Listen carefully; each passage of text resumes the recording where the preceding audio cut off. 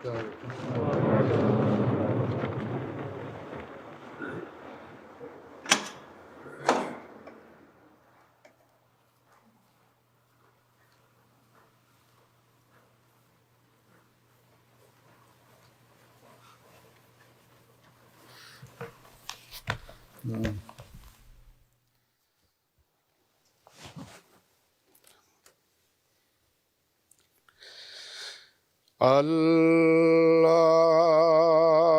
أكبر.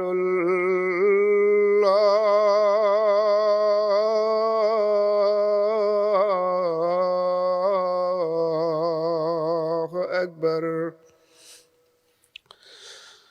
الله أكبر.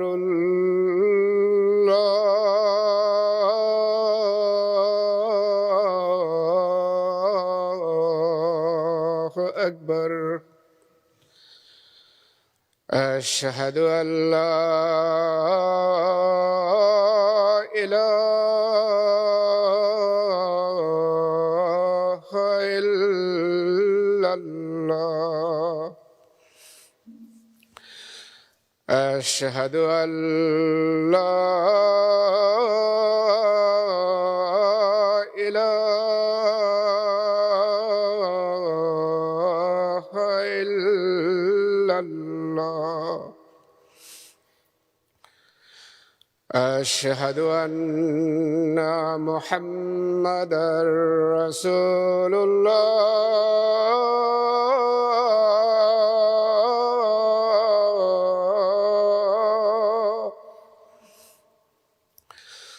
أشهد أن محمدًا رسول الله. حي على الصلاة.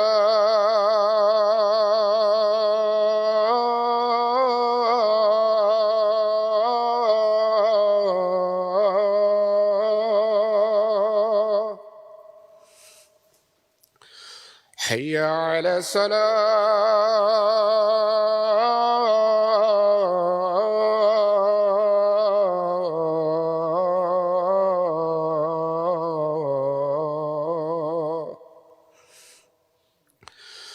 حي على الفلاح.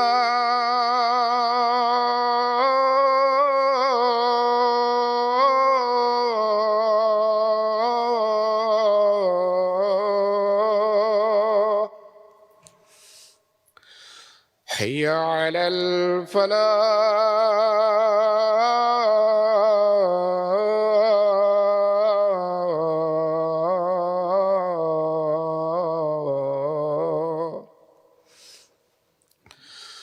الله أكبر.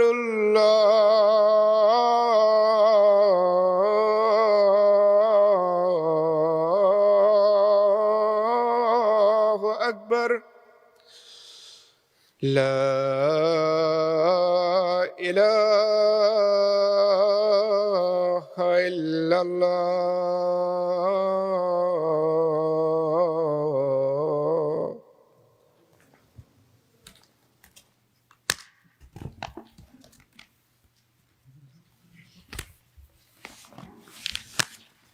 السلام عليكم ورحمة الله.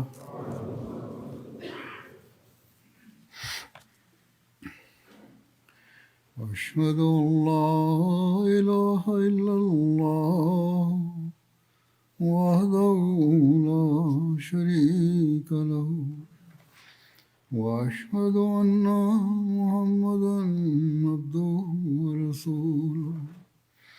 أما بعد فأعوذ بالله من الشيطان الرجيم. بسم الله الرحمن الرحيم. الحمد لله رب العالمين. الرحمن الرحيم. مالك يوم الدين.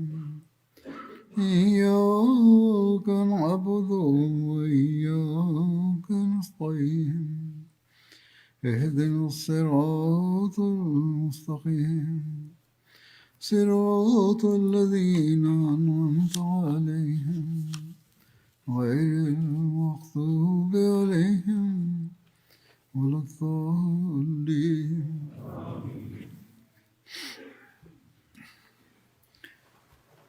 गुज़श्ता खुतबे में গত খুতবাতে মহানবী সাল্লাল্লাহু আলাইহি ওয়াসাল্লামের উত্তম আদর্শ আল্লাহ তাআলার ভালোবাসার প্রেক্ষিতে কিছুটা বর্ণিত হয়েছিল। বর্তমান যুগে তিনি সাল্লাল্লাহু আলাইহি ওয়াসাল্লামের প্রকৃত দাসের আমল এবং নিজ মনিবের আদর্শের অনুসরণে এই ভালোবাসার ঝলক আমরা দেখতে পাই। এসব উদাহরণ আজও অর্থাৎ আল্লাহ তাআলার ভালোবাসার যে উন্নত মান এবং এর ফলশ্রুতিতে আল্লাহ তাআলার যে অনুগ্রহ তার প্রতি বর্ষিত হয়েছে এবং খোদা তাআলার প্রতি তার যে ভালোবাসা ছিল সেটিকে মানুষও অনুভব করত। কিন্তু যা হোক, কিছু ঘটনা বর্ণনা করার পূর্বে আমি হযরত মসিহে মাউদ আলাইহিস সালাম এর নিজের ভাষায় এই ভালোবাসার উল্লেখ করতে চাই। এক স্থানে তিনি বলেছেন, আমি কিছুই বর্ণনা করতে পারবো না যে আমার কোন আমল ছিল যার কারণে এই অনুগ্রহ আমার প্রতি বর্ষিত হয়েছে। শুধু নিজের মাঝে এই অনুভূতি আমি পাই যে প্রকৃতিগতভাবে আমি নিজেকে আল্লাহ তাআলার প্রতি এক নিষ্ঠাপূর্ণ আকর্ষণ রাখি, যা অন্য কোনো কিছুর সাথে তুলনা করা যায় না। অতএব এটি একমাত্র আল্লাহ তাআলার অনুগ্রহ যা তিনি আমার প্রতি করেছেন। যেমনটি আমি গত খুতবাতেও উল্লেখ করেছিলাম যে তিনি এই বিষয়টিও বহু স্থানে প্রকাশ করেছেন যে এই সব কিছুই শুধু আমি এই জন্য পেয়েছি যে আমি আল্লাহ তাআলার প্রিয় বান্দা এবং প্রিয় নবী মুহাম্মদ সাল্লাল্লাহু আলাইহি ওয়াসাল্লামের পরিপূর্ণ আনুগত্যকারী এবং তার প্রতি ভালোবাসা রাখি এবং এর ফলশ্রুতিতে এরপর আল্লাহ তাআলার ভালোবাসার দ্বারও আমার জন্য উন্মুক্ত হয়ে চলেছে আর এই অনুভূতিও আমার মাঝে সৃষ্টি হয়েছে। আল্লাহ তাআলার কৃপাবাড়ি আমার প্রতি বর্ষিত হয়ে গেছে। এই আন্তরিক অবস্থার কথা বা চিত্র তুলে ধরতে গিয়ে তার সিরত বর্ণনা করতে গিয়ে হযরত শেখ ইয়াকুব আলী ইরফানি সাহেব এক স্থানে লিখেছেন যে হযরত মসিহে মাউদ আলাইহিস সালাম লিখেছেন যে আল মাসাজিদু মাকানি ওয়াস সালিহুনা ইখওয়ানি व ज़िक्रुल्लाह माली व खल्कुल्लाह अयाली मेरा मकान অর্থাৎ আমার ঘর হলো মসজিদ সমূহ আর সালেহিনরা হলো আমার ভাই, আল্লাহ তাআলার স্মরণ হলো আমার ধন সম্পদ এবং তার সৃষ্টি হলো আমার পরিবার। অর্থাৎ এই সব কিছুই আল্লাহ তাআলার চতুর্দিকে প্রদক্ষিণ করছে যা তিনি বর্ণনা করছেন।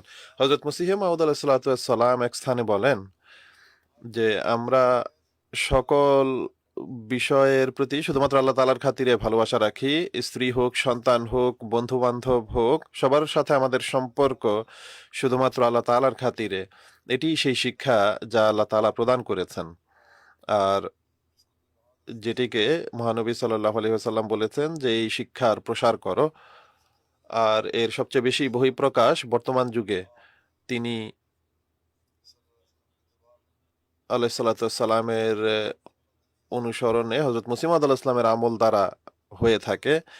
হযরত আকদাস মসিহে মাউদ আলাইহিস সালাম অন্যত্র বলেন যে সাদেক বা সত্যবাদী পরীক্ষার সময়ও অবিচল থাকে এবং তারা জানে যে অবশেষে খোদা তাআলা আমাদেরই সাহায্য করবেন। আর এই অধম যদিও এমন পরিপূর্ণ বন্ধুদের কারণে খোদা তাআলার প্রতি কৃতজ্ঞতা পোষণ করে, কিন্তু এটিও সত্য কথা যে যদি কেউ একজনের সাথে না থাকে এবং সবাই আমাকে ছেড়ে নিজেদের পথে চলে যায় তবুও আমি কোনো ভয় করি না, কারণ আমি জানি যে খোদা তাআলা আমার সাথে আছেন। আর আমি যদি পিষ্ট হই এবং পদদলিত হই এবং আমাকে গালি-গালাজ করা হয় এবং অপমান করা হয়, তবুও অবশেষে আমারই বিজয় হবে। আমাকে কেউ জানে না, কিন্তু সেই ব্যক্তি বা সেই সত্তা যিনি আমার সাথে আছেন, আমি কখনোই বিনষ্ট হতে পারি না। খোদা শত্রুদের চেষ্টা ব্যর্থ হবে এবং হিংসুকদের হিংসা ব্যর্থ হবে। হে লোকেরা, আমার পূর্বে কোন সত্যবাদী ব্যর্থ হয়েছে যে আমি ব্যর্থ হবে? কোন সত্যবাদীকে আল্লাহ তাআলা ধ্বংস করেছেন যে আমাকে ধ্বংস করবেন?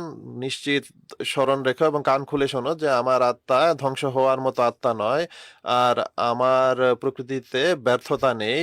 আমাকে সেই সাহস এবং দৃঢ়তা দান করা হয়েছে যার সামনে পাহাড়ও নগণ্য। আমি কারো পরোয়া করি না। আমি একা ছিলাম এবং একা থাকতে অ অপছন্দ করি না। খোদা তাআলা কি আমাকে পরিত্যাগ করবেন? কখনো নয়। তিনি কি আমাকে ধ্বংস করবেন? কখনো নয়। শত্রুরা লাঞ্ছিত হবে এবং হিংসুকরা লজ্জিত হবে, আর খোদা তাআলা তার বান্দাকে সমস্ত ক্ষেত্রে বিজয় দান করবেন। আমি তার সাথে আছি, তিনি আমার সাথে আছেন। কোনো জিনিস আমাদের সম্পর্ক ভঙ্গ করতে পারবে না, এবং আমি তার সম্মান এবং প্রতিপত্তির কসম যে পৃথিবী ও আখিরাতে তার চেয়ে বেশি প্রিয় আমার কাছে আর কিছুই নেই। যে তার ধর্মের প্রসার হোক এবং তার ধর্মের বিজয় হোক। তার কৃপা থাকলে অন্য কোনো কিছুর ভয় আমি করি না। যদি এক পরীক্ষা নয় বরং হাজার হাজার পরীক্ষাও আসে, উম, পরীক্ষার ময়দানে এবং দুঃখের জঙ্গলে আমাকে শক্তি প্রদান করা হয়েছে।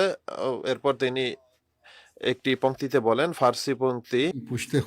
पुश्तमन आमनम कंदर में आने खाक हूँ बेनिसरे।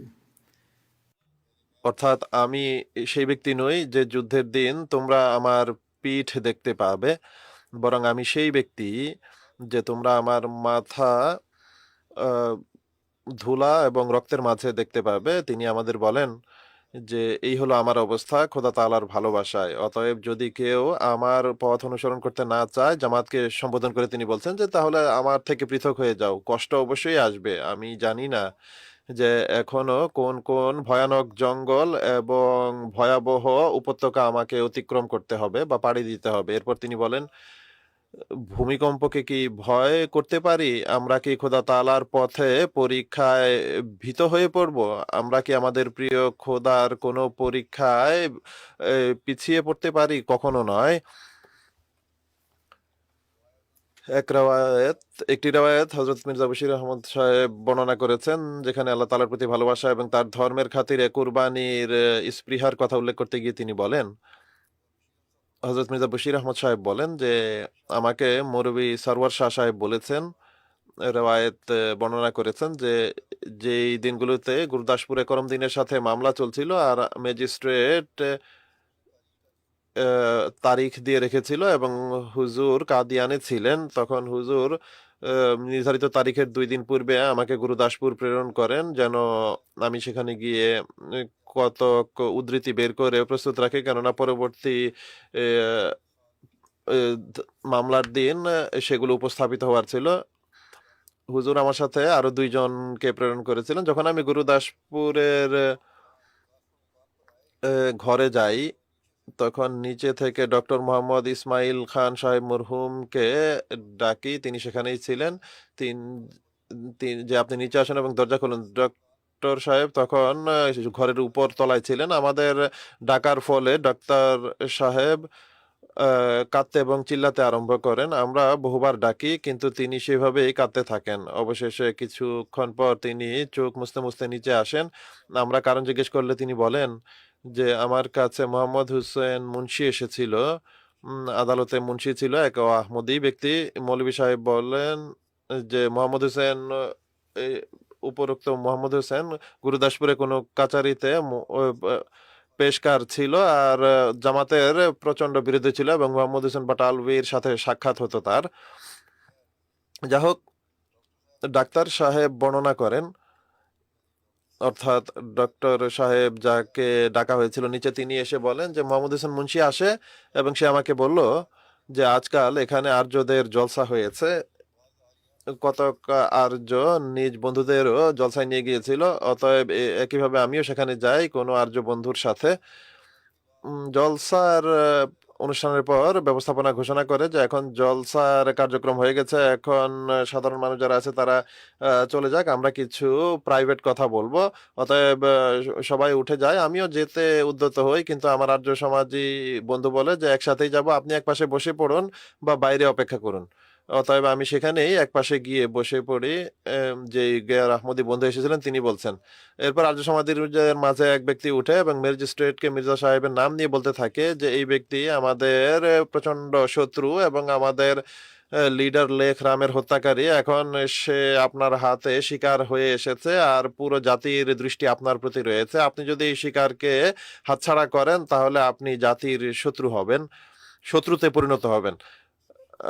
সেই ব্যক্তি এই ধরনেরই উস্কানিমূলক কথা বলে। তখন ম্যাজিস্ট্রেট উত্তরে বলে যে আমার তো পূর্ব থেকেই ধারণা হলো যে উম, সম্ভব হলে শুধু মির্জাকেই নয় বরং এই মামলায় যত তার সাক্ষী আছে সবাইকে জাহান্নামে পৌঁছে দেব, কিন্তু কি করব, এমন সাবধানতার সাথে এই মামলা পরিচালনা করা হচ্ছে যে হাত দেওয়ার কোনো সুযোগ পাওয়া যাচ্ছে না। কিন্তু আমি অঙ্গীকার করছি যে যাই হোক না কেন প্রথম পরবর্তী নির্ধারিত তারিখেই আমি এই মামলা আমাদের হাতে নিয়ে আসবো। মৌলভী সাহেব বলেন যে ডাক্তার সাহেব বলতেন বা বলছেন যে মোহাম্মদ হোসেন বলছিল যে আপনি জানেন না যা আদালতের কার্যক্রম দ্বারা কি বোঝানো হচ্ছে। এর অর্থ হলো প্রত্যেক ম্যাজিস্ট্রেটকে এই এখতিয়ার দেয়া থাকে যে শুরুতেই মামলা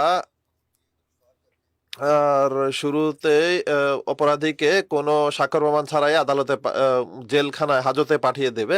ডাক্তার সাহেব বলেন যে আপনি জানেন যে আমি আপনার জামাতের প্রচন্ড বিরোধী। মৌলভী মোহাম্মদ হোসেন সাহেবের অনুসারী ছিল, বিরোধীও ছিল, আর তার নামও ছিল মোহাম্মদ হোসেন। কিন্তু এই বিষয়টি আমি অবশ্যই আমার মাঝে রয়েছে, কিন্তু আমি কোনো সম্মানিত পরিবারকে হিন্দুদের হাতে অপমানিত হতে দেখতে পারি না। আর আমি জানি যে মির্জা সাহেবের পরিবার সেই গ্রামে সবচেয়ে সম্ভ্রান্ত পরিবার বা সম্মানিত পরিবার। অতএব আমি আপনার কাছে এই সংবাদ পৌঁছে দিলাম যে আপনি এর কোনো ব্যবস্থা করুন আমার মতে। এরপর সে নিজের আহ, প্রস্তাবও রাখে যে দুটি প্রস্তাব রয়েছে। একটি হলো চিফ কোর্টে এখান থেকে মামলা সরিয়ে নেয়ার চেষ্টা করা উচিত, হাইকোর্টের কে সেই যুগে চিফ কোর্ট বলা হতো। আর দ্বিতীয় প্রস্তাব হলো যেভাবেই হোক মির্জা সাহেব যেন আগামী তারিখে আদালতে উপস্থিত না হন এবং ডাক্তারের সার্টিফিকেট উপস্থাপন করে। মৌলভী সাহেব বলেন এই যে ডাক্তার সাহেব যখন এই কথা বলেন তখন আমরা খুবই ভয় পেয়ে যাই এবং সিদ্ধান্ত নেই যে এখনই কাদিয়ানে কোনো ব্যক্তিকে প্রেরণ করা হোক যিনি হুজুর আলাইহিসসালামকে এই ঘটনা শোনাবে। রাত হয়ে গিয়েছিল, আমরা এক্কা গাড়ি সন্ধান করি, বাহনে সন্ধান করি, এ, আর বহু এক্কা গাড়ি থাকলেও বিরোধিতার এত প্রভাব ছিল যে কোনো বাহন পাওয়া যাচ্ছিল না। কেউ যেতে রাজি হয়নি, সবাই অস্বীকার করছিল। আমরা 4 গুণ ভাড়া দেওয়ার প্রস্তাব করলেও কোনো এক্কাওয়ালা প্রস্তুত হয়নি। অবশেষে আমরা শেখ হামেদ আলী এবং আব্দুর রহিম বাওয়ারচি এবং তৃতীয় এক ব্যক্তিকে কাদিয়ানে পায়ে হেঁটে রওনা করি। তারা সকালে নামাজের সময় কাদিয়ান পৌঁছে এবং হুজুরের কাছে সংক্ষেপে কথা বলে হুজুর বিনা চিন্তায় বলেন যে ঠিক আছে আমরা বাটালা যাচ্ছি। খাজা সাহেব এবং মৌলভী মোহাম্মদ আলী সাহেব লাহোর থেকে ফিরে আসার সময় আমাদের সাথে সাক্ষাৎ করবেন। মুসিমাদ আল ইসলাম বললেন যে লাহোর থেকে মৌলভী মোহাম্মদ আলী সাহেব আসছেন, তার সাথে সেখানে সাক্ষাৎ হবে, তার কাছে আমরা সমস্ত কথা বলবো এবং সেখানে বোঝা যাবে যে মামলা সরিয়ে নেয়ার চেষ্টা করলে কি হবে। ম্যাজিস্ট্রেটের একপেশে সিদ্ধান্তের কথা বুঝে আমাদের পক্ষ থেকে যদি আমাদের পক্ষ থেকে লোকেরা চিফ কোর্টে সরিয়ে নেওয়ার প্রস্তাব পূর্বে দেওয়া হয়েছিল, অতএব তারা সেদিনই বাটালা চলে আসেন। গাড়িতে মৌলভী মোহাম্মদ আলী সাহেব এবং খাজা সাহেবও সাক্ষাৎ করেন। তারা জানান যে মামলা সরিয়ে নেওয়ার চেষ্টা সফল হয়নি, চিফ কোর্টে নিয়ে যাওয়ার জন্য যে অনুরোধ করা হয়েছিল তা গৃহীত হয়নি। এরপর হুজুর গুরদাসপুর চলে আসেন এবং পথে খাজা সাহেব এবং মৌলভী সাহেবকে এই ঘটনার কোনো সংবাদ দেননি বা এই ব্যাপারে কোনো কথা বলেননি যে কোন সংবাদ এসেছে বা কি জানা গেছে।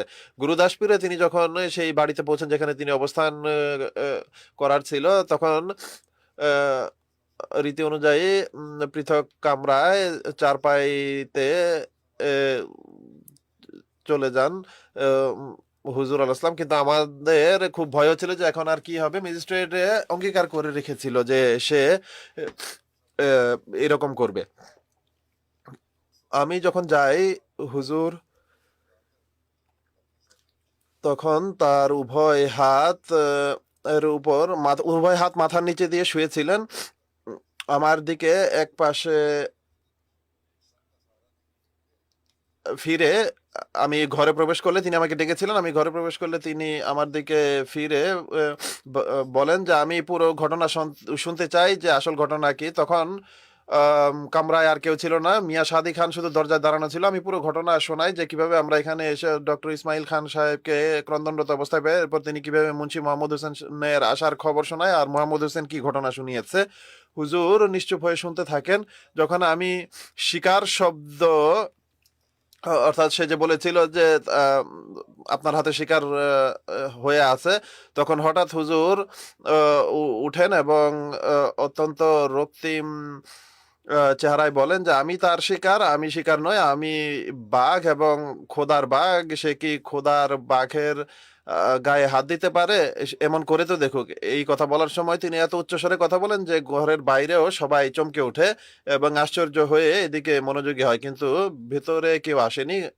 হুজুর বেশ কয়েকবার খোদার বাঘের শব্দ, খোদার বাঘ শব্দটি বলেন। আর তখন আসলেই তার চোখে বাঘের চোখের ন্যায় উজ্জ্বলতা ছিল আর এমন রক্তিম চেহারা ছিল যে তার প্রতি তাকানো যাচ্ছিল না। তখন তিনি বলেন, এই কথা বলার পর তিনি বলেন যে আমি কি করব, আমি তো খোদার সামনে বিষয় উপস্থাপন করেছি যে আমি তোমার ধর্মের খাতিরে নিজের হাত এবং পায়ে লোহা পড়তেও প্রস্তুত আছি, অর্থাৎ হাতকড়ি পরার জন্য প্রস্তুত আছি, শিকল পড়তে প্রস্তুত আছি, কিছুই হবে না, বরং আমার কোনো পরোয়া নেই এই ব্যাপারে। কিন্তু আল্লাহ তাআলা বলেন যে না, আমি তোমাকে অসম্মান থেকে রক্ষা করব এবং সসম্মানে আহ, আহ, মুক্তি দিব। এরপর তিনি এই আল্লাহ তাআলার ভালোবাসার বিষয়ে বক্তৃতা করতে থাকেন এবং প্রায় আধা ঘন্টা পর্যন্ত এই বক্তৃতা করতে থাকেন। আল্লাহ তাআলার সাথে ভালোবাসা আর ক্ষেত্রে কুরবানির এক অদ্ভুত চিত্র। তার কতটা পরিপূর্ণ ভরসা ছিল আল্লাহ তাআলার সত্তার উপর, আর এই ভরসা থাকা এটি আল্লাহ তাআলার প্রতি ভালোবাসারই ফলাফল। আর এই বিশ্বাস ছিল যে যেহেতু আমি আল্লাহ তাআলাকে ভালোবাসি এবং তার খাতিরে সমস্ত কুরবানি দিতে প্রস্তুত আছি, তাই আল্লাহ তাআলা কখনো আমাকে বিনষ্ট করবেন না। অনুরূপ আরেকটি ঘটনা, একবার যখন সুপারিনটেন্ডেন্ট পুলিশ লিমারচন্দ লেখরামের হত্যার বিষয়ে নিজ সিপাহীদের বাহিনী নিয়ে কাদিয়ান আসে এবং হজরত মীর নাসির নওয়াব সাহেব এই বিষয়ে জানতে পারেন, তখন তিনি অত্যন্ত বিচলিত হয়ে হজরত মসিহ মাউদ আলাইহিস সালামের কাছে যান এবং কান্নাপূর্ণ কণ্ঠে বলেন যে সুপারিনটেন্ডেন্ট পুলিশ ওয়ারেন্ট নিয়ে আসছে, হাতকড়ি সাথে নিয়ে। হুজুর তখন নিজের পুস্তক নুরুল কুরআন লিখতে ব্যস্ত ছিলেন। তিনি মাথা উঠিয়ে প্রশান্ত চিত্তে মুচকি হেসে বলেন যে মীর সাহেব, মানুষ আনন্দে সোনা রূপার চুড়ি পরে, তো আমরা মনে করব যে খোদার ভালোবাসায় আমরা লোহার চুড়ি পরেছি। এ, কিন্তু কিছুটা থেমে তিনি বলেন যে কিন্তু এমনটি হবে না।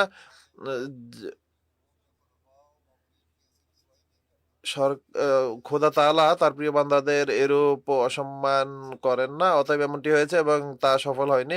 অনুরূপভাবে হযরত আব্দুল করিম শিয়ালকুটি সাহেব বর্ণনা করেন যে একবার তিনি জলন্ধরে বলেন, থাকা অবস্থায় বলেন যে পরীক্ষার সময় আমার সর্বদা জামাতের নম্র মনের বা নরম মনের লোকদের চিন্তা হয়। বিরোধিতা তো সবসময় হতো তার এবং তার জামাতের। তো তিনি বলেন, মসিহ মাউদ আলাইহিস সালাম বলেন যে আমার সর্বদা আমার জামাতের দুর্বল ইমানের লোকদের চিন্তা হয়। এরপর বলেন যে আমার অবস্থা হলেই যে যদি আমাকে স্পষ্টভাবে জানিয়ে দেওয়া হয় যে তোমাকে অসম্মান করা হবে এবং তোমার কোনো ইচ্ছা গৃহীত হবে না বা তোমার কোনো বাসনা পূর্ণ হবে না, তখনও খোদা তাআলার কসম যে এই খোদার প্রতি ভালোবাসা এবং ধর্ম সেবায় কোনো ঘাটতি আসবে না, তবুও আমি তাকেই ভালোবাসবো, কেননা আমি তো তাকে দেখেছি এবং আল্লাহ তালার প্রতি আমার পূর্ণ ভরসা রয়েছে, তার প্রতি পূর্ণ ভালোবাসা আছে, আমার মাঝে কোনো ঘাটতি আসবে না যাই হোক না কেন। অনুরূপভাবে নওয়াব মোবারকা বেগম সাহেবা একটি ঘটনা বর্ণনা করেন। তিনি বলেন যে এখন তিনি তার সবচেয়ে প্রিয় আল্লাহ তাআলার সত্তার তার সবচেয়ে প্রিয় বিষয় ছিল আল্লাহ তাআলার সত্তার প্রতি ভালোবাসা। তা তার কথা এবং কাজে সর্বদা প্রকাশ পেত। আমি নামাজের ওয়াক্ত ছাড়াও তাকে তার আ প্রিয় খোদাকে বিগলিত চিত্তে ডাকতে দেখেছি। শুধু নামাজের সময়ই নয়, বরং অন্যান্য সময়েও তাকে বিগলিত চিত্তে দোয়ারত অবস্থায় দেখেছি। আর তিনি কি বলতেন? যে, "হে আমার প্রিয় আল্লাহ, হে আমার প্রিয় আল্লাহ, হে আমার প্রিয় আল্লাহ।" এই আওয়াজে এতটা এইভাবে তিনি ডাকতেন আর তিনি বলতেন যে, "এখনো মনে হচ্ছে আমার কানে এই আওয়াজ ভেসে আসছে।" আর তার চোখ থেকে অশ্রু প্রবাহিত হতে আমি দেখতে পাচ্ছি। এই চিত্র আমার চোখের সামনে ভাসছে। নিজ প্রিয় উম খোদার জন্য আত্মাভিমানের এক অসাধারণ নমুনা উপস্থাপন করছে। তিনি বলেন যে, এই ছিল তার দোয়ার অবস্থা যা আমি নিজ চোখে দেখেছি। কিন্তু একটি ঘটনাও আমি এখানে বলতে চাই। তিনি বলেন যে, তিনি তার ঘরে ছিলেন, বাইরে যাওয়ার জন্য প্রস্তুত হচ্ছিলেন। আমি তার কাছেই ছিলাম। আ আমাদের তাই সাহেবা, যিনি বিশেষ সেবিকা, তিনি আহমদী হয়েছিলেন এবং বেহেশতি মাকবেরায় সমাহিত আছেন। হযরত আম্মাজানের কাছে তিনি আসেন এবং নিজের পক্ষ থেকে আ আমাদের চাচা মির্জা মাহমুদ দ্বীনের মৃত্যুতে আ আফসোস বা সমবেদনা জানান। যখন তিনি এই কথা বলছিলেন যে পাঞ্জাবিতে বলেন যে, "খুবই ই উত্তম লোক ছিল।" হযরত মসিহ মাউদ আসলাম বাইরে আসেন। তার চেহারা রক্তিম ছিল। তিনি ই তার ছড়ি মাটিতে আঘাত করে বলেন যে, এম "তুমি এমন ব্যক্তির প্রশংসা করছো যে আমাদের খোদার বিরোধী ছিল। তার আত্মাভিমান এটি সহ্য করেনি যে তার ঘরে বসে সেই ব্যক্তির উল্লেখ হবে।" নওয়াব মুবারকা বেগম সাহেবা লিখেন যে, এত প্রতাপ ছিল তখন তার কণ্ঠে যে সেই মহিলা দ্রুত সেখান থেকে চলে যায়। মির্জা আ মোহাম্মদ উনি যার উল্লেখ করা হচ্ছিল তিনি নাস্তিক ছিলেন এবং তিনি এটি সহ্য করেননি যে তার ঘরে সেই ব্যক্তির কথা বলা হবে। তিনি তার মনিব হযরত মুহাম্মদ রাসূলুল্লাহ সাল্লাল্লাহু আলাইহি ওয়াসাল্লামের অনুসরণে শিশুকাল এবং যুবক বয়সেও পূর্ণ সময় কাটিয়েছেন। এক রওয়ায়াতে হযরত মির্জা বশির আহমদ সাহেব লিখেন যে, এক শিখ অ্যা উম জমিদারের বর্ণনা হলো যে হযরত মসিহ মাউদ আলাইহিস সালামকে আমাদের দাদার পক্ষ থেকে চাকরির প্রস্তাব দিয়েছিল যে একবার এক বড় অফিসার বা রইস অ্যা আমাদের দাদার কাছে জিজ্ঞেস করে যে, "শুনেছি আপনার একটি ছোট ছেলেও আছে, কিন্তু আমরা তাকে কখনো দেখিনি।" দাদা সাহেব মুচকি হেসে বলেন, হযরত মসিহ মাউদ আলাইহিস সালামের পিতা বলেন যে, "হ্যাঁ, আমার এক ছোট আ ছেলেও আছে, কিন্তু তাকে নববধূর ন্যায়ই দেখা যায়। তাকে দেখতে হলে মসজিদের কোনো কোণায় গিয়ে দেখো, সে হলো মসিতার অর্থাৎ মসির ন্যায়।" আজ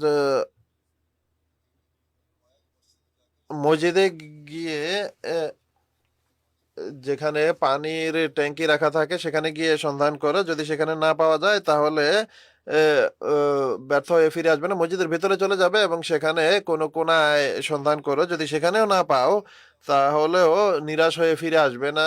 বরং কোনো কাতারে দেখবে যে কেউ তাকে হয়তোবা আম পেঁচিয়ে দাঁড় করিয়ে দিয়েছে। কেননা সে মৃতের ব্যক্তির যে অর্থাৎ তার এমন অবস্থা যে তাকে যদি কেউ আ চাদরে মুড়ি দিয়ে দাঁড় করিয়ে দেয় তাহলে সে বুঝতে পারবে না। অনুরূপভাবে আরেকটি বর্ণনা হলো হাজী আব্দুল মুজিব সাহেব লুধিয়ানভি বর্ণনা করেন যে, একবার হুজুর লুধিয়ানায় ছিলেন। আমার আ বাসায় একটি নিম গাছ ছিল। আ সেটি খুবই সবুজ বর্ণের ছিল তার পাতা। হুজুর বলেন যে, "হাজী সাহেব এই গাছের পাতার দিকে তাকান। এটি কতটাই সবুজ সতেজ।" হাজী সাহেব বলেন যে, "আমি তখন দেখলাম যে তার চোখ অশ্রুসিক্ত ছিল।" আল্লাহ তাআলার কুদরত, তার ভালোবাসা তার স্মরণ হয়েছে, আর তখন তার চোখ থেকে অশ্রু প্রবাহিত হয়েছে। হযরত মুসলিম মাউদ রাদিয়াল্লাহু তাআলা আনহু বলেন যে এখানে এক ব্যক্তি ছিলেন যিনি পরবর্তীতে খুবই নিষ্ঠাবান আহমদী হয়ে যান। হুজুরের সাথে তার গভীর সম্পর্ক ছিল, কিন্তু আহমদী হওয়ার পূর্বে হুজুর তার প্রতি 20 বছর পর্যন্ত অসন্তুষ্ট ছিলেন। আর কারণ ছিল তার একটি কথায় হুজুর খুবই অসন্তুষ্ট হয়েছিলেন, আর তা হলো এই যে তার এক পুত্র মারা যায়। হুজুর তার ভাইয়ের সাথে তার কাছে সমবেদনা জানাতে যান, আফসোস জানাতে যান। যখন কোনো ব্যক্তি আসতো আর তার সাথে বন্ধুত্বপূর্ণ সম্পর্ক হতো, তখন তার সাথে কোলাকুলি করে কান্না করতেন এবং চিৎকার করতেন। এটি ছিল তাদের রীতি। তো সে অনুযায়ী হুজুরের বড় ভাইয়ের সাথে কোলাকুলি করে তিনি ক্রন্দনরত অবস্থায় বলেন যে খোদা তাআলা আমার প্রতি একান্ত অন্যায় করেছেন। এই কথা শুনে হুজুর এত ঘৃণা করেন যে তার চেহারাও দেখতে চান না। পরবর্তীতে খোদা তাআলা তাকে তৌফিক দিয়েছেন এবং তিনি এসব অজ্ঞতা থেকে বের হয়ে এসেছেন। সেই ব্যক্তি অনুরূপভাবে হযরত মির্জা বশির আহমদ সাহেব আরেকটি রিওয়ায়াত বর্ণনা করেছেন।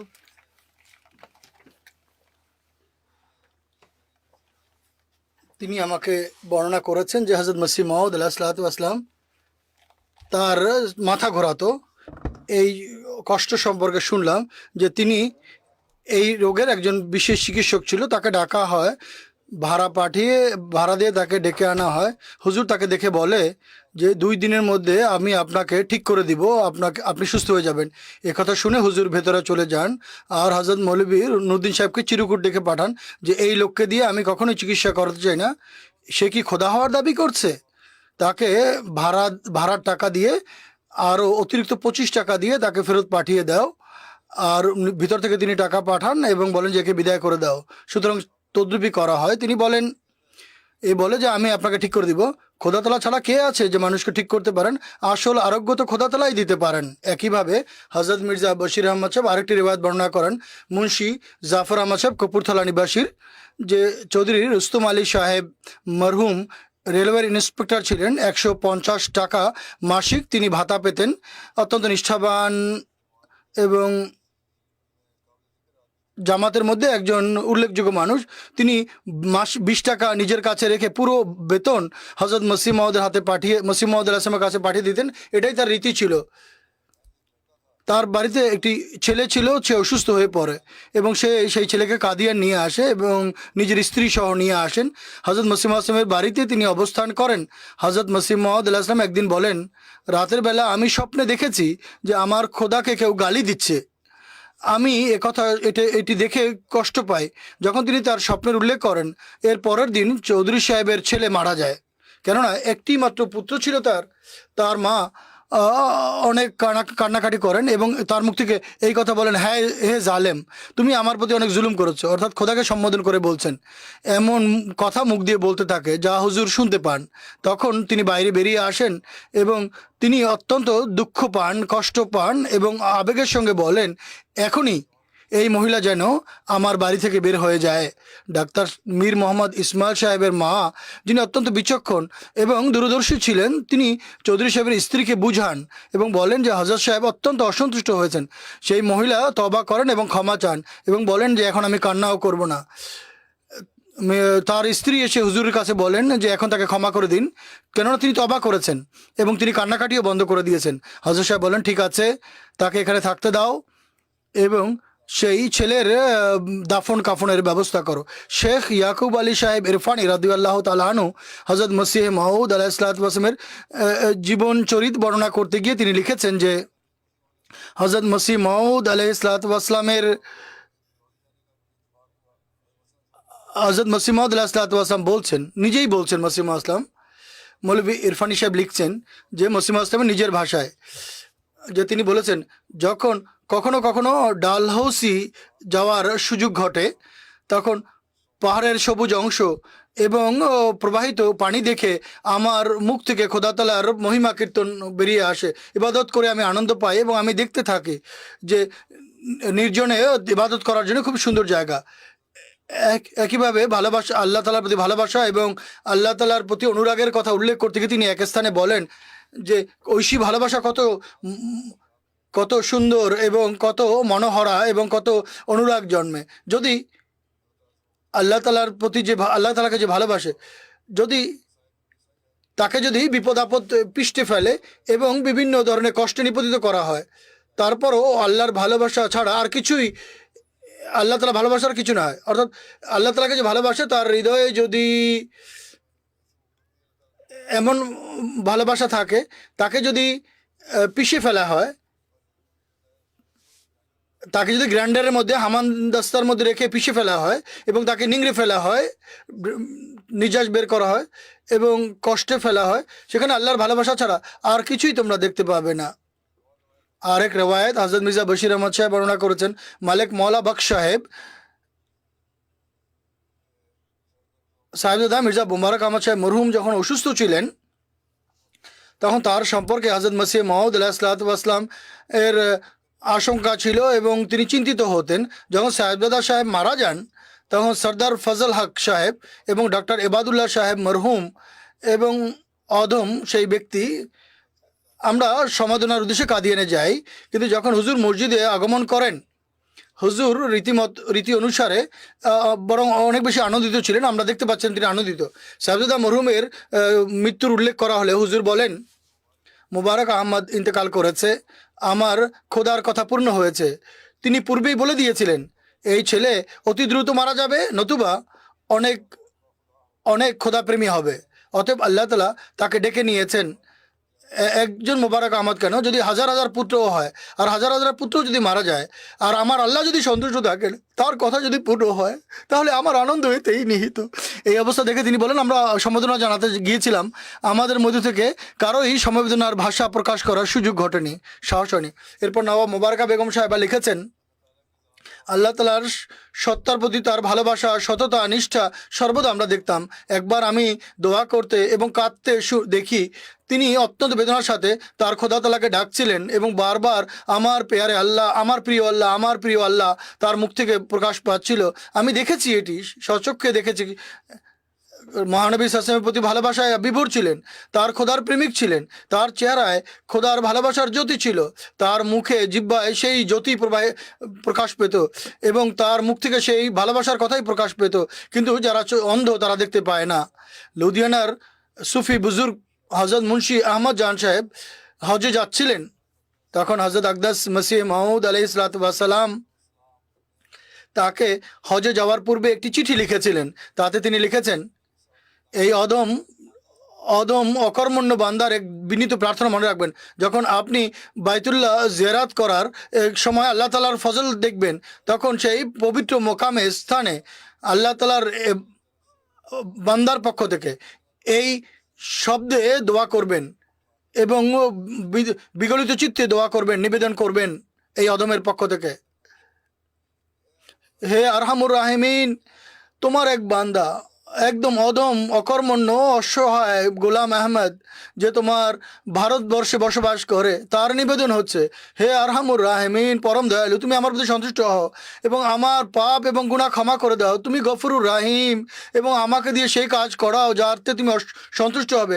আমাকে এবং আমার আত্মার মধ্যে শিরকের থেকে দূরে সরিয়ে দাও, পূর্ব পশ্চিমে দ্রুত সরিয়ে দাও এবং আমার আমার ভিতরে যে শক্তি সামর্থ্য আছে তা তোমার পথে ব্যয় করতে তৌফিক দাও।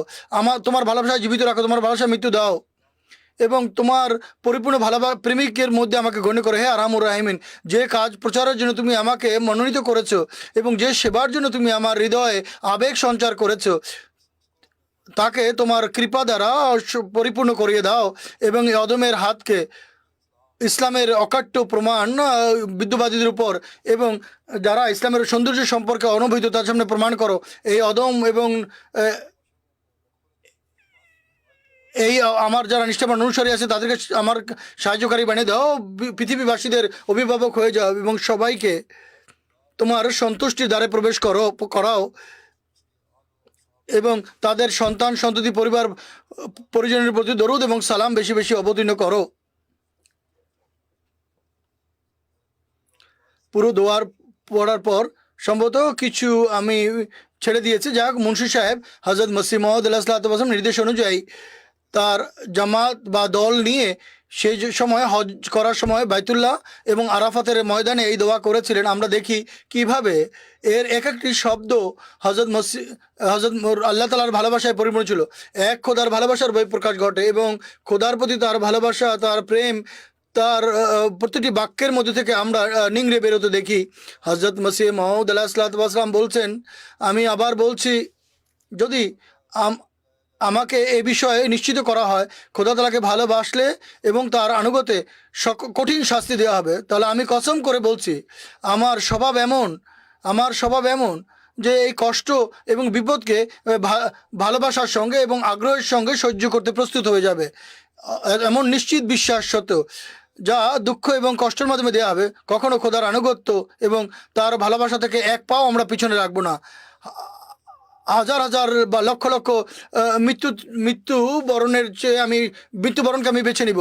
তিনি বলছেন, দুর্ভাগা সেই ব্যক্তি যে এখন পর্যন্ত জানেই না তার এক খোদা আছে যে সব কিছুর উপরে মহাক্ষমতাশীল।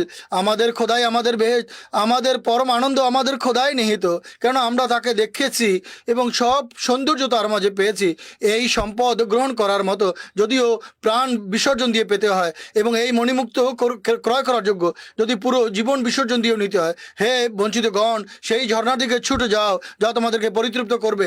এটি জীবন প্রদানী ঝর্ণা যা তোমাদেরকে রক্ষা করবে। আমি কি করব এবং কিভাবে এই সুসংবাদ মানুষের হৃদয়ে পৌঁছে দেব, হৃদয়ে বদ্ধমূল করব এবং কোন বাদ্য বাজিয়ে বাজারে ঘোষণা দিব যে তোমাদের এক খোদা আছে, যেন মানুষ শুনতে পায়, এবং কোন ঔষধ দিয়ে মানুষের চিকিৎসা করব যাতে শোনার জন্য মানুষের কান উন্মুক্ত হয়। তোমরা খোদার যদি হয়ে যাও তাহলে নিশ্চয়ই তোমরা জানো খোদা তোমাদের, তোমরা নিদ্রিত থাকবে, খোদা তোমাদের জন্য জেগে থাকবেন, আর তোমরা শত্রুদের ব্যাপারে উদাসীন থাকবে, খোদা তাদেরকে দেখবেন আর তাদের ষড়যন্ত্রকে ব্যর্থ করবেন। তোমরা এখনো জানো না তোমাদের খোদার মাঝে কি কি শক্তি আছে। তোমরা যদি জানতে তাহলে এমন কোনো দিন তোমাদের উপরে উদিত হতো না যে তোমরা এই দুনিয়ার ব্যাপারে উদাসীন হয়ে যেত। এক ব্যক্তি নিজের কাছে ধনভাণ্ডার রাখে, সে কি এক পয়সা নষ্ট হলে কান্নাকাটি করে, ধ্বংস হয়ে যায়, নিজেকে ধ্বংস করে দেয়? তোমরা যদি সেই ধনভাণ্ডার সম্পর্কে জানতে, খোদা তোমাদের প্রত্যেক প্রয়োজনের সময় কাজে আসবেন, তাহলে তোমরা পৃথিবীর জন্য কিভাবে এই ধরনের আগ্রহ রাখতো। খোদা এক প্রিয় ধনভাণ্ডার, তার মূল্যায়ন করো। তিনি তোমাদের প্রত্যেক পদক্ষেপে তোমাদের সাহায্যকারী। তোমরা তার সাহায্য ছাড়া কিছুই করতে পারবে না এবং তোমাদের উপকরণ, তোমাদের প্রচেষ্টা কোনো কাজে আসবে না। এরপর খোদাকে ভালোবাসার বহিঃপ্রকাশ করতে তিনি অত্যন্ত ভালোবাসার সাথে বলছেন, হে আমার খোদা, হে আমার মাওলা, আমার প্রিয় মালিক, আমার প্রিয় ভাজন, আমার প্রেমিক। বিশ্ব বলছে, তিনি নিজেকে বলছেন, বিশ্ববাসী আমাকে বলছে যে তুমি কাফের, কিন্তু তোমার যে প্রিয় আর কাউকে আমি পেতে পারে কি? কে আছে যার জন্য আমি তোমাকে ছেড়ে দিব? কিন্তু আমি কি দেখছি, মানুষ জগৎ সম্পর্কে উদাসীন হয়, যার কথা আমার বন্ধুরা, আমার শত্রুরা জানে না যে আমি কোন অবস্থায় আছি। তখন তুমি আমাকে জাগাও এবং ভালোবাসার সাথে, প্রেমের সাথে বলো যে তুমি দুঃখিত হও না, আমি তোমার সঙ্গে আছি। তখন হে আমার খোদা, কিভাবে এটি সম্ভব যে এই অনুগ্রহ সত্ত্বেও আমি তোমাকে পরিত্যাগ করব? কখনো নয়, কখনো নয়, কখনো নয়।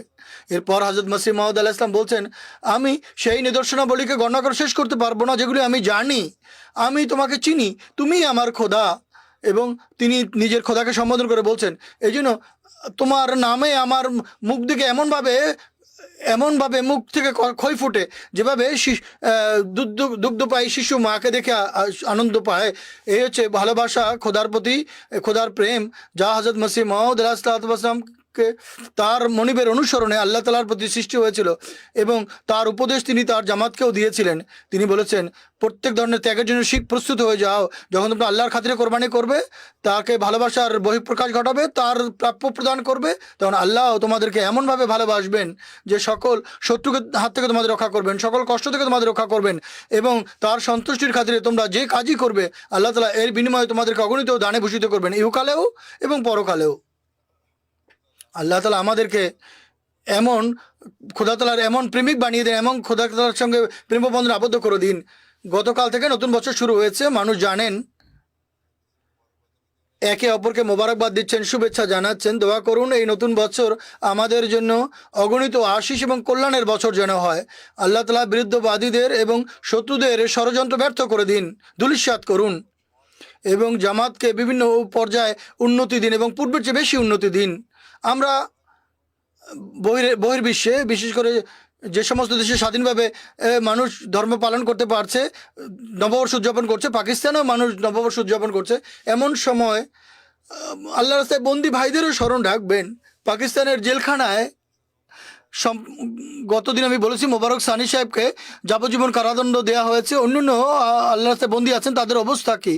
এমত অবস্থায়ও তারা নতুন বছরে আল্লাহ তাআলার প্রতি কৃতজ্ঞতা প্রকাশ করে প্রবেশ করছেন, কোনো অভিযোগ অনুযোগ নেই তাদের। আল্লাহ তাআলার সন্তুষ্টির খাতিরে তারা লোহার শিকল গলায় পরিধান করেছে। আল্লাহ তাআলা অতি দ্রুত তাদের মুক্তির ব্যবস্থা করে দিন আমাদেরকে এবং এই বন্দীদেরকে এবং বিপদ আপদে জর্জরিত সবার আল্লাহ তাআলার প্রতি ভালোবাসার ব্যুৎপত্তি যেন পূর্বের চেয়ে বেশি হয়। এই কারণে আল্লাহ তাআলার প্রতি ভালোবাসা কমার পরিবর্তে পূর্বের চেয়ে যেন বেশি বেড়ে যায়। নির্যাতিতদের জন্য দোয়া করুন, আল্লাহ তাআলা যেন বিশ্বের সকল নির্যাতিত নিপীড়িতদের অত্যাচারীদের হাত থেকে রক্ষা করুন এবং পৃথিবীতে যেন শান্তি প্রতিষ্ঠিত হয়। নামাজের পর আমি জানাজা গায়েব পড়াবো। প্রথম স্মৃতিচারণ হচ্ছে 3টি গায়েবানা জানাজা রয়েছে। রেহানা বাসমা সাহেবার, যিনি সৈয়দ আহমদ সাহেব নাসির সাহেবের স্ত্রী ছিলেন, 90 বছর বয়সে তিনি ইন্তেকাল করেছেন। ইন্না লিল্লাহি ওয়া ইন্না ইলাইহি রাজিউন। আল্লাহ তাআলার কৃপায় তিনি মুসিয়া ছিলেন। হযরত মসিহ মাউদ আলাইহিসসালাতু ওয়াসসালাম প্রপৌত্র হযরত মির্জা সুলতান আহমদ রাদিয়াল্লাহু তাআলা আনহুর পতি, হযরত মির্জা আজিজ আহমদ সাহেব রাদিয়াল্লাহু তাআলা আনহুর কন্যা এবং হযরত মীর মোহাম্মদ ইসহাক সাহেব রাদিয়াল্লাহু তাআলা আনহুর নাতনি ছিলেন। তিনি দৌহিত্রী ছিলেন। বিয়ের পরে তিনি ইস্ট আফ্রিকাতে তার স্বামীর সঙ্গে চলে গিয়েছিলেন, কেনিয়াতে অবস্থান করেছেন এবং সেখানেও তিনি লাজনা এমাল্লার কাজ করেছেন এবং বিভিন্ন অঙ্গ সংগঠনে তিনি জামাতের সেবা করেছেন।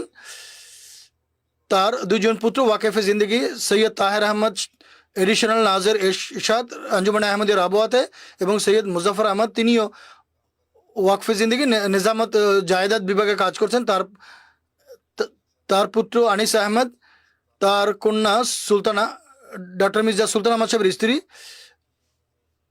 মির্জা কলিম আহমদ সাহেবের মেয়ে আরেকজন, স্ত্রী আরেকজন, মির্জা ওয়াসিম আহমদ সাহেবের পুত্রবধূ। তার ছেলে তাহের আহমদ সাহেব বলছেন, পবিত্র কোরআনের প্রতি গভীর ভালোবাসা আকর্ষণ ছিল তার, আর পবিত্র কোরআন পাঠ নিয়মিত করতেন এবং বেশি বেশি কোরআন পাঠ করতেন। খেলাফতের প্রতি অপরিসীম ভালোবাসা এবং আনুগত্যের সম্পর্ক ছিল। তার সকল সন্তানরা এই কথা লিখেছেন। তার সন্তানদের মাঝেও তিনি এই গুণ এবং বৈশিষ্ট্য সৃষ্টি করে গেছেন। তার পুত্র আনিস আহমদ লিখেছেন, সবার আনন্দ এবং দুঃখে তিনি অংশ নিতেন এবং আমাদেরকে বিশেষভাবে চাঁদা দেওয়ার জন্য অনুপ্রাণিত করতেন, উৎসাহ দিতেন। একইভাবে নফল রোজার ব্যাপারেও তিনি আমাদেরকে অনুপ্রাণিত করতেন। তার কন্যা ফারহানা ফাউজিয়া বলছেন যে শৈশব থেকেই আম্মিকে আমি তাহাজ্জুদ নিয়মিত পড়তে দেখেছি। নিয়মিত নামাজ পড়তেন, সন্তানদেরকেও নিয়মিত সময় মতো নামাজ পড়ার ব্যাপারে অভ্যস্ত করেছেন পবিত্র কোরআন পড়ার কারণে।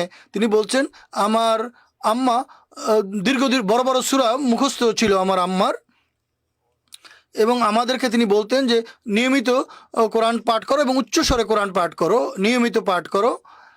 আর পবিত্র কোরআন বারবার পাঠ করার কারণে এবং বারবার পবিত্র কোরআন পড়ার কারণে তার মাঝে এই বৈশিষ্ট্য সৃষ্টি হয়েছিল। তিনি বলছেন যে আমরা দূরে বসেও যদি কোনো তেলাওয়াতে ভুল করতাম, তা তিনি তেলাওয়াত শুনতেন এবং ভুল ধরিয়ে দিতেন দূরে বসেও। একইভাবে অনেক বেশি অতিথি সেবা করতেন, অতিথি সেবিকা ছিলেন। সম্প্রতি এখন তো অনেক সুযোগ সুবিধা আছে, অনেক সময় সুযোগ সুবিধা ছিল না। গিজারের মাধ্যমে, বয়লারের মাধ্যমে টয়লেটে গরম পানি পাওয়া যেত না, নিজেকেই সকালে উঠে গরম পানি করতে হতো। কিন্তু অতিথিদের ওযু করার জন্য গরম পানি তিনি সরবরাহ করতেন। হযরত খলিফাতুল মসিহ রাবে রাহিমাহুল্লাহ তাআলা স্যার সৈয়দ আহমদ মীর ইসমাইল সাহেবের যিনি পুত্র ছিলেন, তার সঙ্গে হুজুরের বন্ধুও ছিল। যখন সফরে যেতেন তিনি তার বাড়িতে অবস্থান করতেন। তিনি নিজেই উল্লেখ করেছেন যে হযরত খলিফাতুল মসিহ রাবে রাহিমাহুল্লাহ তাআলা যে সকালবেলা উঠে আমার জন্য গরম পানি, আমার উজু করার জন্য গরম পানি করে রেখে দিতেন গোসলখানায়। আমি একদিন চিন্তা করলাম যে আমি সকালে উঠবো এবং নিজেই পানি গরম করব যাতে তার কষ্ট না হয়। কিন্তু তিনি বলছেন যে আমি, হুজুর আবে বলছেন, নিজের পক্ষ থেকে তো অনেক আগে উঠেছিলাম, কিন্তু দেখি যে টয়লেট বাথরুমে আগে থেকেই গরম পানি ছিল। তাদের অনেক আর্থিক সংকটের মুখে পড়তে হয়েছে, কিন্তু তিনি নিষ্ঠার সঙ্গে পরিবার সামলেছেন। প্রথমে কেনিয়া ছিলেন যেমনটি আমি বললাম, এরপর খলিফাতুল মসিহ সালেহ রাহিমাহুল্লাহ তাআলার নির্দেশে তারা পাকিস্তানে ফেরত চলে যান এবং সেখানে গিয়ে পূর্বের মতো অবস্থা ছিল না। তিনি ধৈর্যের সাথে সব কিছু সহ্য করেছেন। তার বোন আছেন, তিনি বলছেন যে ফারজানা জামাতের প্রতি গভীর আত্মাভিমান ছিল, জামাতের বিরুদ্ধে কোনো কিছু শুনতে তিনি পছন্দ করতেন না। একইভাবে দুর্রের সবার দিলদানা তার আরেক বোন, তিনি বলছেন যে তাহাজ্জুদের সময় ওঠার এমন অভ্যাস হয়ে গিয়েছিল যে অ্যালার্ম ছাড়াই তিনি উঠে যেতেন। এবং 5 জন কন্যা ছিলেন, তিনি এই জন্য আমি চিন্তিত ছিলাম। তিনি বলতেন চিন্তা করো না, আল্লাহ তাআলা উত্তম ব্যবস্থা করবেন। এরপর আল্লাহ তাআলা তাদের বিয়ের সুবন্দোবস্ত করেছেন। অত্যন্ত ধৈর্যশীলা, কৃতজ্ঞতা পরায়ণ এবং অনেক ধৈর্য ধরেছেন। আল্লাহ তাআলা তার প্রতি ক্ষমা এবং দয়ার আচরণ করুন। পরবর্তী স্মৃতিচারণ মুকাররমা ইফফত হালিম সাহেবা, সাবেক ন্যাশনাল প্রেসিডেন্ট, সদর লাজনা ইমাইল্লা লাইব্রেরিয়ার। ডক্টর আব্দুল আলিম সাহেব ওয়াকেফে জিন্দিগির ইনচার্জ ক্লিনিক এর স্ত্রী ছিলেন তিনি। মন্ড্রোভিয়া লাইব্রেরিয়ার স্ত্রী ছিলেন তিনি। অসুস্থ ছিলেন, সম্প্রতি চিকিৎসার জন্য হল্যান্ডে এসেছিলেন। 21শে ডিসেম্বর তিনি ইন্তেকাল করেছেন 59 বছর বয়সে। ইন্না লিল্লাহি ওয়া ইন্না ইলাইহি রাজিউন। আল্লাহ তাআলার কৃপায় তিনি 1/3 ওসিয়ত করেছিলেন, মুসি ছিলেন। তার পরিবারে আহমদিয়াত প্রবেশ করেছিল তার বড় দাদা মোহতরম মোহাম্মদ আলী সাহেবের মাধ্যমে, যিনি হযরত খলিফাতুল মসিহ সানি রাদিয়াল্লাহু তাআলা আনহুর হাতে বয়াত গ্রহণ করার সৌভাগ্য লাভ করেছিলেন। 2004-এর জুলাই মাসে নিজের স্বামীর সঙ্গে তিনি লাইবেরিয়ায় গমন করেন।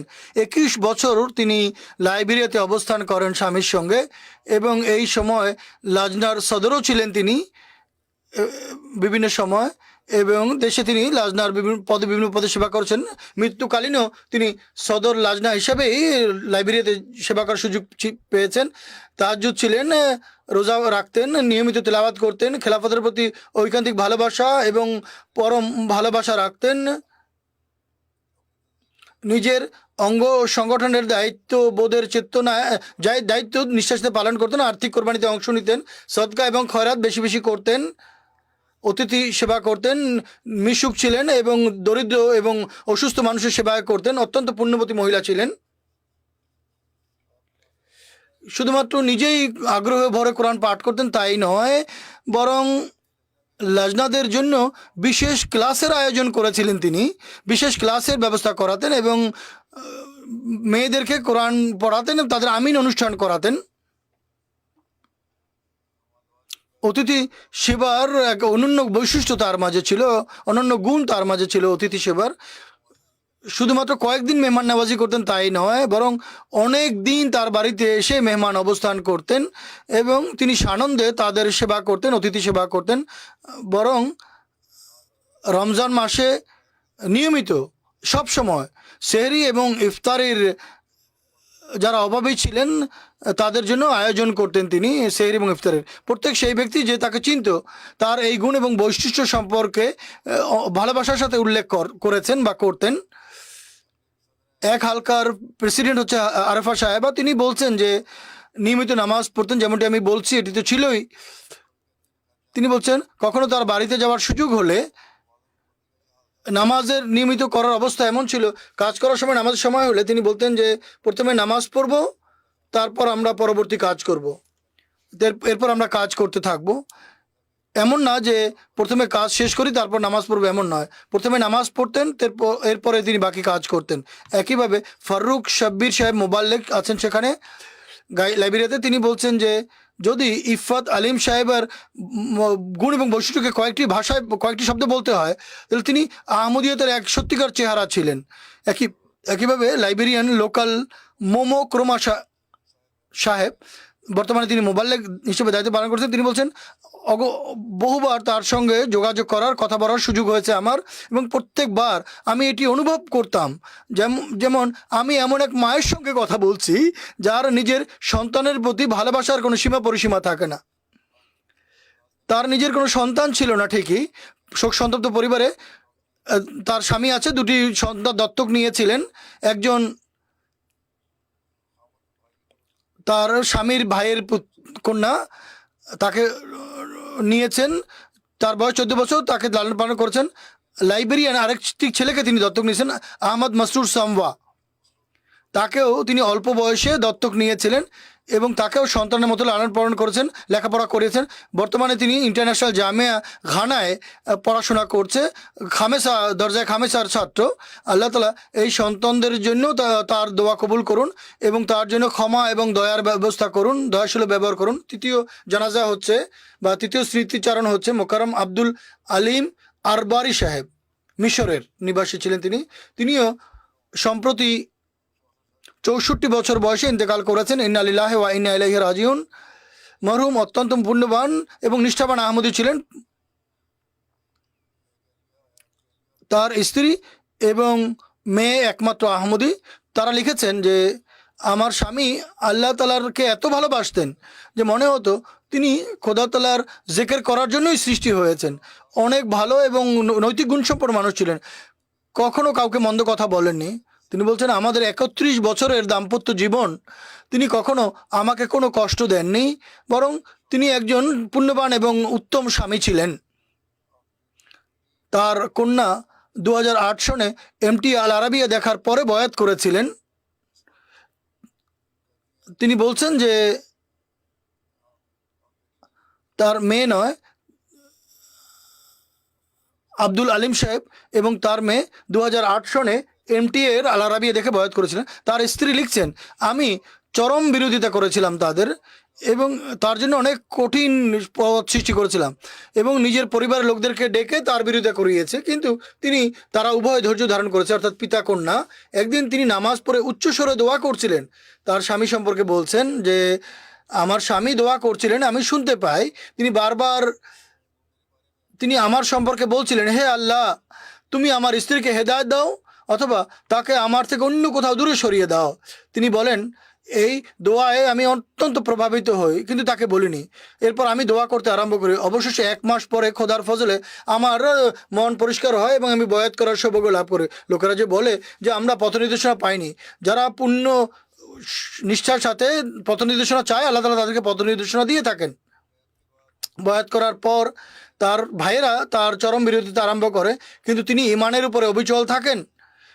তার ভাইরা এক বিখ্যাত মৌলবীকে ডেকে আনে যাতে সে তাকে আহমদিয়া থেকে দূরে সরাতে পারে, কিন্তু সেই মৌলবী ব্যর্থ হয়। কেননা তিনি লিখেছেন, তার স্ত্রী লিখেছেন, আমার স্বামী তাকে নিজের ভাষায় একটি উত্তর দিয়েছিলেন যে হযরত মসিহ মাউদ আলাইহিসসালামের সত্যতা আমার জন্য এতটা সুস্পষ্ট, আমার হৃদয়ে এমনভাবে বদ্ধমূল হয়েছে যে আমি আমার ঈমান থেকে কখনো সরে যেতে পারবো না। তিনি হযরত মসিহ মাউদ ইসলামের মাধ্যমে আল্লাহ তাআলার সত্যিকার তত্ত্বজ্ঞান আমি লাভ করেছি, যা কোনো মূল্যেই আমি ছাড়তে পারবো না। এই ছিল আল্লাহ তাআলার ভালোবাসার বহিঃপ্রকাশ, যে দেখুন কিভাবে মসিহ মাউদ ইসলাম তার মান্যকারীদের মাঝে সৃষ্টি করেছেন। ইবাদতের জন্য তিনি সংগ্রাম করতেন, সাধনা করতেন, ইবাদতের জন্য তিনি চেষ্টা করতেন। তিনি বলছেন যে 11 বছর অসুস্থ ছিলেন, কিন্তু সবসময় ধৈর্য ধরেছেন এবং সন্তুষ্ট ছিলেন আল্লাহর পর। সবসময় বলতেন আল্লাহ তাআলা আমার জন্য যা পছন্দ করেন, যে আল্লাহ তাআলার সাথে মিলন পছন্দ করে আল্লাহ তার সাথে মিলিত হতে চান, এবং অন্তিম সময়েও তার মুখ থেকে আল্লাহ আল্লাহ শব্দই বেরিয়েছে। মিশর জামাতের প্রেসিডেন্ট সাহেব বলছেন যে আমি তাকে সবসময় জামাত এবং খেলাফতের প্রতি ভালোবাসার এক গভীর আগ্রহ দেখেছি। অনেকে তাকে নৈরাজ্যে নিপতিত করার চেষ্টা করেছে, কিন্তু তিনি বয়াতের অঙ্গীকারের উপর বিশ্বস্ততা এবং বিশ্বতার সাথে প্রতিষ্ঠিত ছিলেন। গ্রামের শত শত মানুষ আহমদীদের সাথে তার জানাজা পড়েছে। তার পুত্র আহমদী, কিন্তু তিনি তাকে ওসিয়ত করে গিয়েছিলেন আমার জানাজা আহমদীরা পড়াবে। সুতরাং সদর সাহেব জানাজা পড়ান আহমদী মসজিদে গিয়ে এবং আহমদীরা তাতে যোগদান করেছিলেন। তার পুত্র আহমদী নন, যেমনটি আমি বলেছি, কিন্তু নৈতিক গুণ সম্পন্ন, ভালো চরিত্রের অধিকারী, জামাতের সাথে সহযোগিতাও করেছে। আল্লাহ তাআলা তার সঙ্গে দয়া এবং ক্ষমাসুলভ ব্যবহার করুন। তাহের নাদিম সাহেবও তার সম্পর্কে লিখেছেন। তিনি বলেন, কয়েক বছর পূর্বে মিশর গিয়েছিলাম, সেখানে তার সঙ্গে সাক্ষাৎ হয়েছিল। সেখানে তিনি বলছেন, তাহের নাদিম সাহেব বলছেন যে তিনি আমাকে একটি ঘটনা শুনিয়েছিলেন, তার স্ত্রীর বয়াতের ঘটনা। তিনি বলেন যে আমার ইমান মসিহ মাউদের উপর প্রথম দিন থেকেই মজবুত ছিল, কিন্তু আল্লাহ তাআলা আমার দোয়া গ্রহণ করে আমার স্ত্রীকে বয়াতের মাধ্যমে আমার ইমানকে আরও সুদৃঢ় করে দিয়েছিলেন। যা কেউ চিন্তাও করতে পারে না যে সেই স্ত্রী যে আমার চরম বিরোধী ছিল, এখন আমার সঙ্গে সকল জামাতি অনুষ্ঠানে যায় এবং আনন্দে জামাতের কাজ করেন, পরিষ্কার পরিচ্ছন্ন রান্না করা, সেখানে লাজনার যে কাজকর্ম তা তিনি করে থাকেন। আল্লাহ তাআলা তার সন্তানদেরকেও, তার স্ত্রীকে, সন্তানকে, কন্যাকে নিষ্ঠা এবং আন্তরিকতায় বৃদ্ধি করুন, আর পুত্রকেও জামাত গ্রহণ করার তৌফিক দিন এবং এই মরহুমের সঙ্গে দয়া এবং ক্ষমাসুলভ ব্যবহার করুন।